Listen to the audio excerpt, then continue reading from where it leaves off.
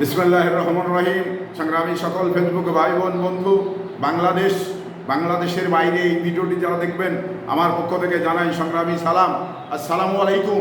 সংগ্রামী উপস্থিতি, হাসনাত আব্দুল্লাহ যা রাষ্ট্রপতির পদত্যাগ দাবি করেছেন। এবার হাসনাত আব্দুল্লাহ উনি কে, ওনার পরিচয় কি? ওনার পরিচয় হলো উনি এই বৈষম্য বিরোধী ছাত্র আন্দোলনের একজন সমন্বয়ক। তার নাম হলো হাসনাত আব্দুল্লাহ।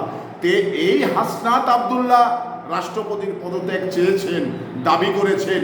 এটা আসলে কেন চেলেন বা চাওয়ার কারণটা কি, বিষয়টা কি, এ বিষয়টা উনি হয়তো ভালো জানেন। তবে কখনো এই বিষয়টা গণমাধ্যমে যদি পরিষ্কার করতে পারেন, তো আমি এই বিষয়টা নিয়ে একটি বিশ্লেষণ করতে চাই।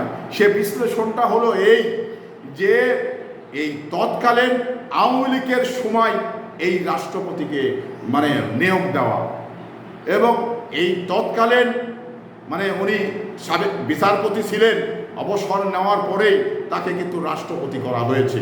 এবার আওয়ামী লীগের মনোনীত প্রার্থী, আওয়ামী লীগের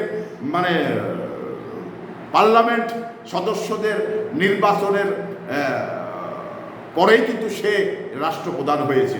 এটা কিন্তু নিয়মগুলো মেনটেন করেই কিন্তু উনি রাষ্ট্রপতি হয়েছেন। এবার ওনার পদত্যাগ দাবি করছে কেন?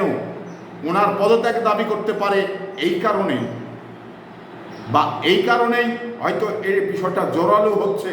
সেটা হলো যে আওয়ামী লীগের একজন লোক, সে এই রাষ্ট্রপতি চুক্কু সাহেব। এই চুক্কু সাহেব কিন্তু সাবেক যে বিচারপতি ছিলেন, এই বিচারপতি থাকাকালীন অনেক মামলার রায় এই চুক্কু সাহেব নির্বাহী আদেশে দিয়েছেন। এটা কিন্তু অস্বীকার করার কিছু নেই, কারণ বিগত 15 বছর যে রাষ্ট্র পরিচালনা হয়েছে, এই রাষ্ট্র পরিচালনা করার ক্ষেত্রে আওয়ামী লীগ এবং আওয়ামী লীগের নেত্রী যাকে যেটা বলেছে নির্বাহী আদেশে, সেটা শুনতে বাধ্য। আর সেটাই এই চুক্কু সাহেব তাই সেই মতো করেই কাজগুলো করেছে। তো যার কারণেই আজকে তার পদত্যাগ চাওয়াটা স্বাভাবিক আমি মনে করি। এটা এখন সময়ের দাবি এই রাষ্ট্রপতিকে পদত্যাগ করা। আমরা এই বিষয়টা কিন্তু আগেই বাংলাদেশের জনগণ, প্রায় মেজরিটি পাচ্ছেন জনগণ, এটা ভেবেছিলাম যে এই রাষ্ট্রপতি হয়তো অন্তর্বর্তী সরকার হওয়ার পরেই উনি ওনার থেকে পদত্যাগ করবেন, এরকম কিন্তু আমরা একটি জিনিস ভেবেছিলাম। কিন্তু উনি আসলেই পদের লোভিত, কারণ আওয়ামী লীগের যে দালালি করেছে, দালালি করার জন্যেই কিন্তু চুক্কু সাহেব কিন্তু এই রাষ্ট্রপতি হতে পারতেন না। রাষ্ট্রপতি হওয়ার যে লবিং লাগে, সে লবিংটা কিন্তু তার ছিল না।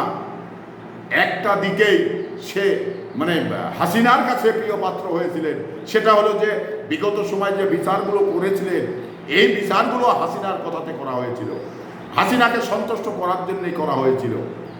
যার কারণে যখন এই চুক্কু সাহেব রাষ্ট্রপতি হন, তখন কিন্তু হাসিনা হওয়ার আগে যখন এই চুক্কু সাহেব সেলুনে চুল কাটাচ্ছিলেন, তখন এই হাসিনা তাকে ফোন দেওয়ার পরে বললেন যে আপনি ফ্রেশ হয়ে চলে আসুন, আপনাকে রাষ্ট্রপতি করা হবে।